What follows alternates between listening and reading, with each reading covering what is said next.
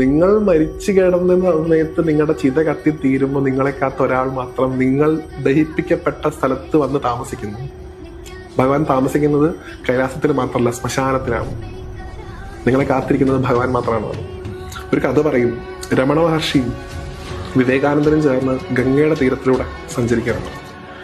അപ്പം രമണ മഹർഷി പെട്ടെന്ന് അദ്ദേഹത്തിന് എന്തോ ഒരു ബോധോദയം ഉണ്ടായതുപോലെ നരേന്ദ്രൻ എന്നാണ് വിളിക്കുന്നത്. നരേൻ ആ കരയിലേക്ക് നോക്കുന്നു. അപ്പൊ അവിടെ ഗംഗയുടെ തീരത്ത് നിങ്ങൾക്കറിയാം, അവിടെയൊക്കെ ചെതകൾ കത്താണ്, നിറത്തി എല്ലാ സമയവും ചെത കത്തുന്ന ഒരു സ്ഥലമാണ് വാരണാസി.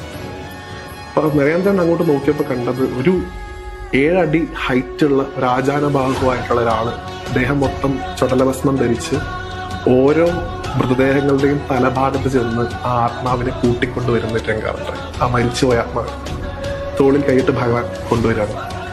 ആ ഗംഗയുടെ കരയിലേക്ക് നോക്കിയപ്പോൾ അവിടെ നിരവധി ആത്മാക്കൾ ഇരിക്കുന്നത് എന്താ പറയുക. ഓരോ ആത്മാക്കൾ അവിടെ അന്നപൂർണേശ്വരിയായിട്ടുള്ള ഭഗവതി അവർക്ക് അന്നം വിളമ്പി കൊടുക്കും. സങ്കല്പം